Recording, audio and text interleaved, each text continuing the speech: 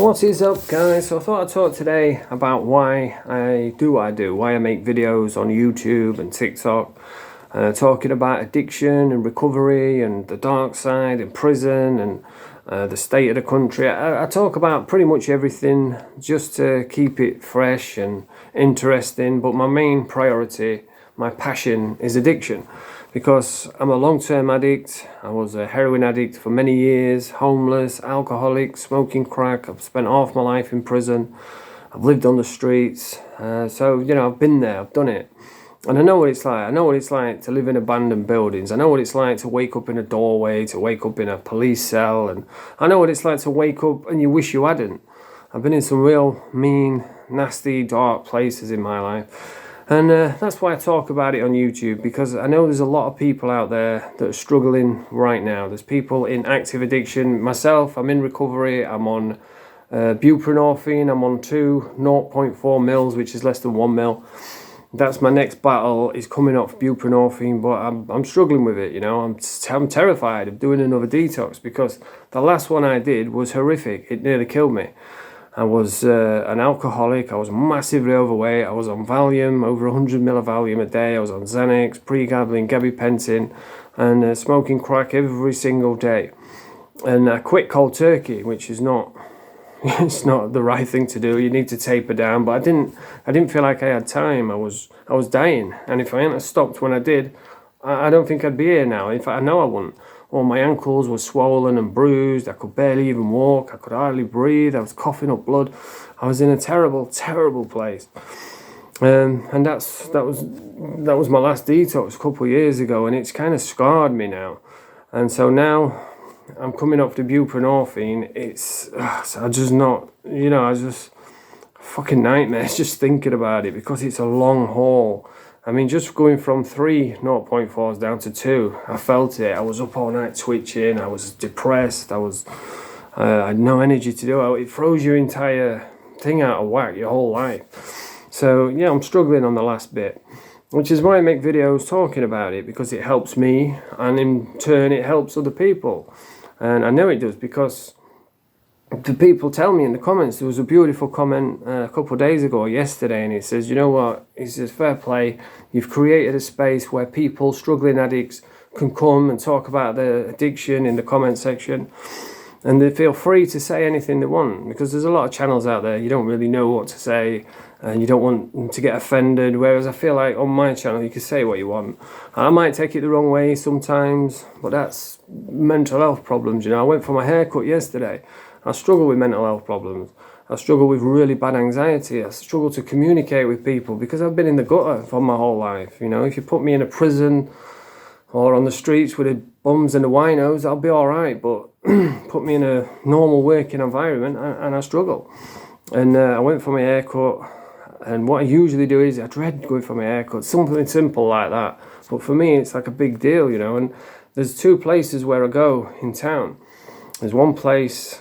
and if there's like a couple of people in there waiting, I'm like, yeah, I'm not going in there because of the anxiety. So then I'll go to the other place, and usually one of them will be empty. So I like go to both of them, whichever one's empty. And I went there yesterday, and I was sat there, and I wasn't there.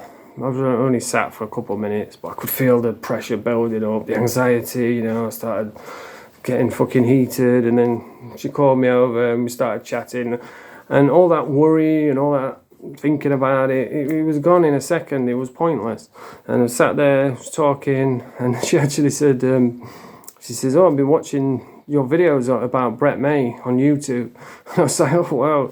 You know, we had a little conversation about Brett May, and because I do other videos as well, you know, I talk about the dark side, I talk about controversial people, I talk about the state of the country where we're in now, I talk about prison, and I do that to make it entertaining and to keep it fresh, you know.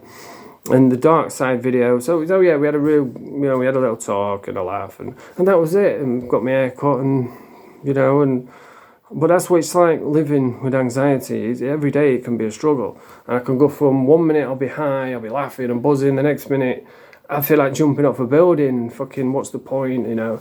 And this is the mental health. And that's why I talk about it. So other people can watch it and say, you know what, I struggle with that as well. And and you know, maybe they can get a little bit of comfort off it, and I know I get comfort out of it as well. But yeah, the dark side videos, I like, you know, making fun of people on YouTube. It's never like really mean or nasty. Yeah, I always try and make it entertaining and light-hearted. And my favourite thing at the moment is reading through the comments and people saying, you know what, mate, I was in a miserable mood this morning, and you know, you picked me up. I was laughing, and then if I can just make somebody's day a little bit happier, just for, even if it's just for 20 minutes, then that means everything to me. That's, you know, that's priceless. So that's why I do the dark side videos. And when I read through the dark side videos, the comments, you know, some of the comments are hilarious. I saw one yesterday about Molecule Murphy, and we're talking about raising money so we can get 5 litres of Botox for his forehead. And somebody wrote in the comment, Botox is no good, we're past that. We need a polyfiller. So that's a fucking good one, that. And you know, and it makes me laugh just reading the comments. So yeah, that's why I do what I do. And what I do is I sometimes get a bit of stick for not going through the comments, but I go through, I'm like a day behind, you know. I'll go through it the next day, I'll read through all the comments, because I'm in a routine. And anybody that's struggling with addiction and mental health problems, a lot of the time the killer is the boredom. You know, you could wake up at like 7 o'clock, do what you've got to do, and by 10, 11 o'clock you've done everything and you've got the whole day to fill. You know, and you go from a chaotic lifestyle, running around grafting, getting money all day, navigating around, scoring drugs, you know, robbing shops and all this shit. And then when you're clean, you've got a full day of nothing, you know. And the best thing to do is get a job, but if you're not there yet, it can be a fucking long day. And so the way I cope is I do a routine. Every morning I wake up, I know what I'm doing. Like now I do a video from like 7 to 8. You've got to practice it. You've got to put in your little bits of humour and construct a good little video for people to watch. And then like 10, say 8, 1, 9, I'll go in the garden, do some gardening. 10 by 11, go and get pigeons, feed the pigeons, feed the chickens, then come back, go out on the bike. And it's just a routine what I stick to no matter what. And another good little tip is get some responsibility, whether it be a dog or a cat or for like pigeons or chickens, and then it gives you something to do. You've got a responsibility. You know you've got to go up, you've got to get up, you've got to go down there, you've got to feed the chickens, get yourself into a routine, so then when you're ready to start getting back into work, then you're in a good place, you're in a good position, and it's not going to be overwhelming. Because I remember the first time I got clean years ago, and they threw me into a job at a chicken factory. It was a fucking horrible job. Worst job I've ever had. I think I have more nightmares about working in the fucking warehouses than I do being in prison. But yeah, they put me in a chicken factory, and it was on a, what they call conveyor belt. And the first couple of days, my back was fucking killing, because I wasn't used to standing still, you know, doing this thing, and my fucking back was in bits. So, you know, if you go through being an addict, you get clean and you don't do any exercises, then when you do start work, you're not going to be ready for it. So, yeah, get yourself into a routine and start a YouTube channel. And if you do start a YouTube channel, like, to keep it interesting, if you talk about the dark side, you know, you're going to get negative comments. You know, I get them, not that much, but I do get negativity, mainly from the dark side, and they'll be like, ugh. There seems to be a few people, the same names keep popping up. Oh, you fucking knobhead, oh, you fucking baghead, you know, that sort of stuff. It comes with the territory, you've just got to ignore that. And what I would say is, if you're going to start doing YouTube, the best advice I could give anybody is just be real. You know, there's so many people coming online thinking they're hard, you know, talking about prison. Oh yeah, I had it boxed off in there when I were in there. I guarantee you, those people saying that, you know, prison is a holiday camp, it's Butlins without the swimming pool. Those people saying that, I guarantee you, when they're in there, they'd have been whinging and moaning and crying. And, it's shit in here, I can't wait to get out, the food's crap, we're banged up all the time. But then they get out and they're like, yeah, I had it fucking boxed off. You know, it's all bullshit. And everybody's like that now. And they talk about prison, and they talk about fighting, and, you know, fighting with screws and getting drugs in and throwing shit on screws and stuff. And they think that that's what people want to hear, but nobody wants to hear that nonsense. It's all bullshit anyway. That's why I talk about the reality of prison. You know, it traumatized me. Yet if you'd have done jail with me, you'd say, he was all right. You know, he didn't have no problems. But you know, once you've seen somebody get slashed with a double razor blade when you're only 16 years old, that sort of thing sticks with you. It did me. First time I saw someone get slashed with a double blade, I nearly passed out.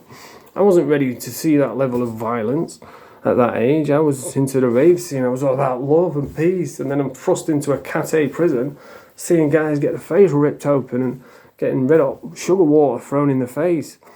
Before I even got onto the fucking wing, he was carrying a guy out who had his face burned with red hot water. It was a horrible sight. And down in reception, somebody got battered right in front of me, knocked out, knocked unconscious and battered, and the screws just carried him out, and everyone was laughing, shouting, "What up?" It's like, fucking hell, this is real, you know, this is prison.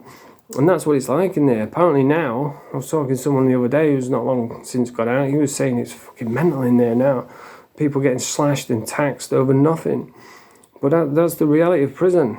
And that's why I tell people the truth about it. And that's why I think people enjoy it, because they're sick of all the fucking bullshit. So if you're going to start a channel, just be real and tell people the truth, and people will come and watch. Maybe another good bit of advice is start on something that's already got a fan base, like the dark side. If you've got a good bit of banter, just come on, just give your opinion about maybe Danny G, or you know, somebody who's got loads of followers, maybe Brett May or Danny Christie. Just give your opinion, and people will watch it just because you put their name in the title. And then when you get up, you know, and you get like a few 500 followers, subscribers, whatever, then start branching out and doing your own stuff and putting your own little twist on it, and just tell people the truth. That's what I do, and people seem to enjoy it. And like I say, one of my favourite things is seeing people like laughing at my content and people inspiring people, because you know, they can see from where I was at, broken, suicidal mess, to where I am now, and they're like, wow, that's, you know, if he can do it, I can do it, because I'm no one special, you know what I mean? I'm just some knobhead on YouTube. So if I could do it, you can definitely do it. But anyway, I don't want to go on too long, because I want to post this on TikTok.